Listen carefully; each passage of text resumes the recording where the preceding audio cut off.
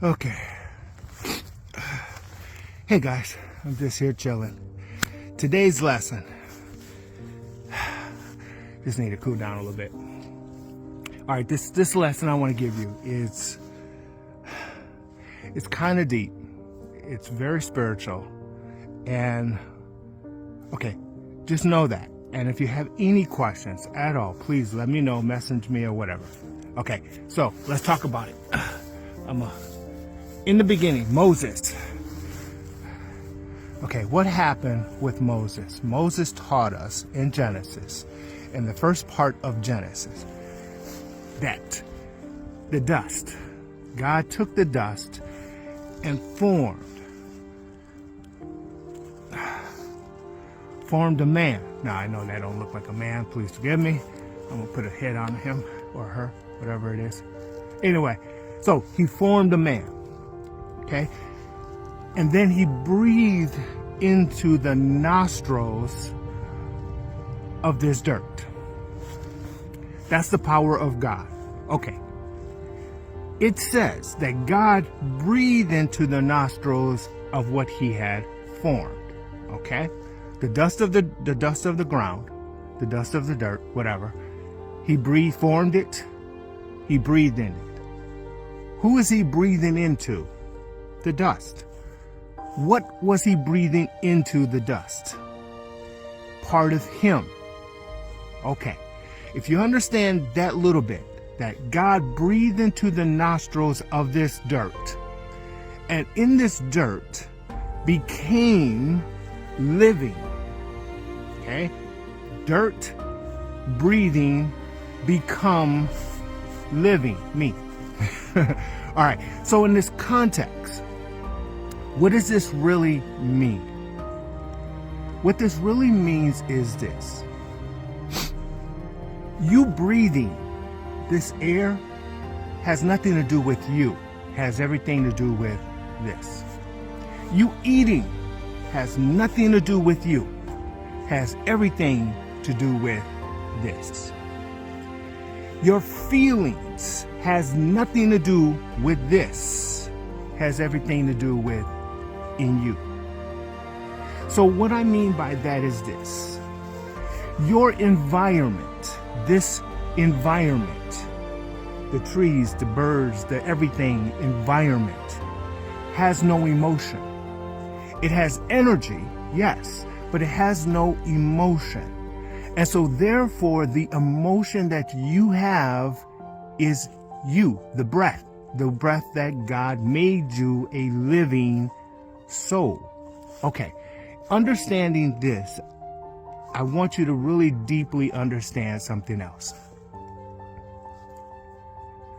This, meaning you and I, God said you have dominion over this whole earth. This earth. Meaning this earth, which is your body, this earth, which means the actual dirt, the ground that we walk on. We have dominion over all of it. What has dominion? Not this. Not this, the body. No, because the body comes from this. What has dominion? The very soul that is inside of this has dominion. And if you have dominion, that means there's really nothing you cannot accomplish while embodied into this. Okay? I say that to simply say, we need to prioritize how we think. And how we think is never forgetting that we come from this. And we're going to go back to this. I have never met someone who died who was not buried in this, except Louisiana. Sorry guys, you float away. Anyway, that's not the point. The point is this. While you're here, you have dominion. You have dominion over your body. You have dominion over this earth. And in this dominion, the question is, what are you going to do with this dominion? Well, if you add in time, like we add time, because time is not for the spirit, because that's eternal. Time is only for this, because there's a beginning and then there's an end. There's a birth and then there's a death. The death goes back to this. It comes from this. That's time. The spirit that is in your body has no time. There is no time. So while you're here, you can do whatever you want to do. Time is not of an existence when it comes to spirituality, souls. Okay, time does have an existence when it comes to this body. But then again, this is why we have reincarnation. That's a different topic. Okay, while we're here on this earth, God says we have dominion. Take control of your emotion, because that emotion is the spirit. And that emotion is only controlled by you, who has dominion, already dominion on this earth. If you don't like the body that you're in, you have dominion over the body. And if you don't like the house that you're living in, the car you live in, the money that you have in the bank, all of that is from this. You have dominion over that. Okay. A lot of times, people don't feel like they have dominion, or don't know how to have that dominion. So therefore, a lot of times people go to Matthew's chapter 4, verse 8, starting verse 8. And they need a little assistance, which is all coming from God anyway. And after you read that, then you'll come to a conclusion that I may not want to do that. And if you may not want a little assistance from someone like that in Matthew's chapter 4, starting in verse 8, then may I suggest, suck it up, get your mind out of your ghetto,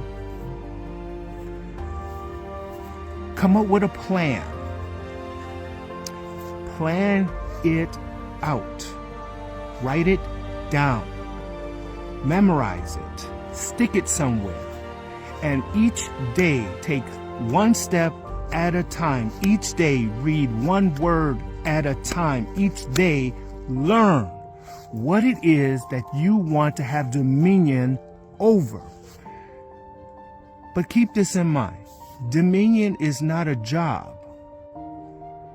Dominion is happiness. And if you're doing something you're not happy with, because you're trying to have dominion over something that comes from this, like money, may I suggest work on something else? There is nothing worse that I found, and I may be wrong. There is nothing worse than someone getting ready to die and not like the life they just lived. Yeah. So, my point to this is this. If you want change, you have the dominion to change. You can change your body, you can change your house, you can change your car, you can change your finances, you can change. You have to use this body, but this body is not in control. You are in control. The visions you receive, the dreams that you have, the unction of you wanting to become something, become greater than who you are in your present state, is for you to go ahead and have dominion and go get it. But it's for you to go get it. And it's not easy. It is not easy. And if you need a little assistance, go to Matthew's chapter 4, verse 8. And if you can't go that deep, suck it up and keep going. You'll get what it is you want, because the dominion of you has already been given to you from this and God. I hope this makes sense. If not, redo it again and whatever. So, just taking a little break. Thought I'd get down and talk to you guys. I'm gonna go ahead and get my bag and head up out of here. Yeah, I'm in the middle of the woods. I know, typical, right? So anyway, take what I try to say, meditate on it, put it in your heart, work it out. But you have what it takes to bring what it is you want to have dominion over to life. It's just a matter of time. Anyway, so let me go back, put this bag back on, get myself back together, and I will see you another day and time. All right, guys. Bye-bye.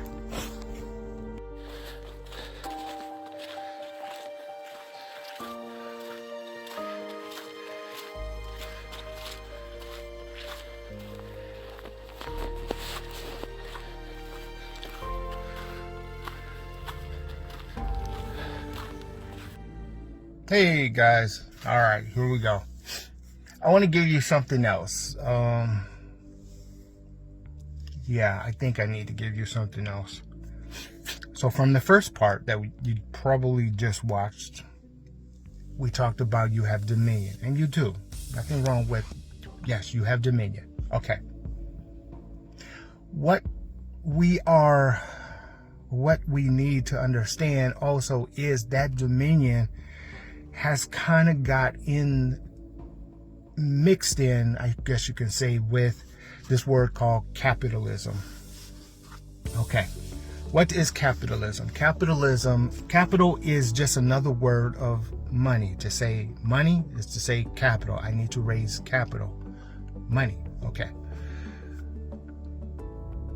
What ultimately capitalism is providing a product and service. That's all it is. It's nothing negative. It's not evil. It's nothing. I'm providing a product and service. Now, what is evil is sometimes people provide the product and service and it can harm other people, like drugs, who are providing a product and they want capital, money in return of that product, right? I'm just using it as an example. And also chemicals and also other things. That's what society has deemed as evil. Okay. It's evil to people, it's evil to the environment, and so on. But capitalism will never go away, ever go away. What you do, either you're providing a product or a service, and you're in return of that product and service, the medium of what you want is payment. We call that capital. Okay. In order to receive the dominion, or in order to receive what it is you want within your dominion, you have to understand that product or that service has to be in a master level. If you're not a master in something, you're going to get paid here. If you're a master of something, you're going to get paid here. However, in that product or service you're providing, in that mastery level that you're providing, that's part A. Let's just say that's part A, getting to that master level. Part 2 of your dominion is investing.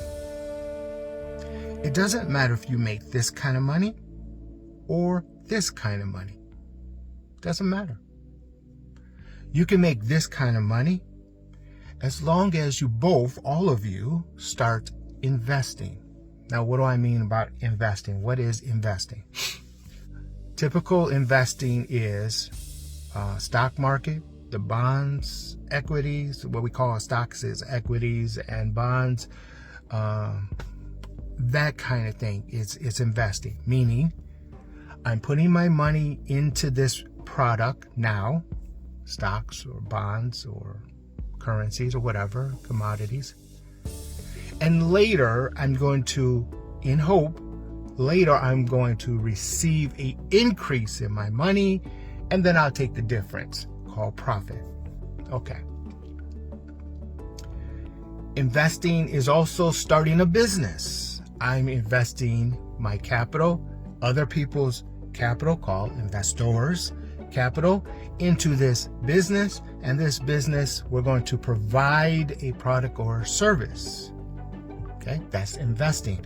Investors and you investing into your business, your hope is the business will become successful in providing that product or service, and in return, you'll reap the reward called profit. Okay. But there's a third type of investing that I want to talk to you, and that is personal investing. Too many times our young folks and middle-aged folks and our older folks, too many times we think just because we're providing something, they should be thankful that I'm providing it. It doesn't work like that. This is why in today's time, with today's technology and AI and so on and so forth, that they're replacing you, is because you think we owe you something. No, we don't owe you nothing. We want the best person to sit in this, for a lack of better wording, seat, and help me provide a product or service so we all can get paid. Certain companies have a standard, some companies don't, but this argument of the employees think the company should be grateful. Watch out, guys. What's coming in the pipeline is scary. And what makes it scary is the fact that they don't need you. The companies don't need you. They will have AI to replace you. And when that happens, you who is not at that master level is going to be replaced. Now, you don't think I'm telling you the truth? Let me give you an example of this third part.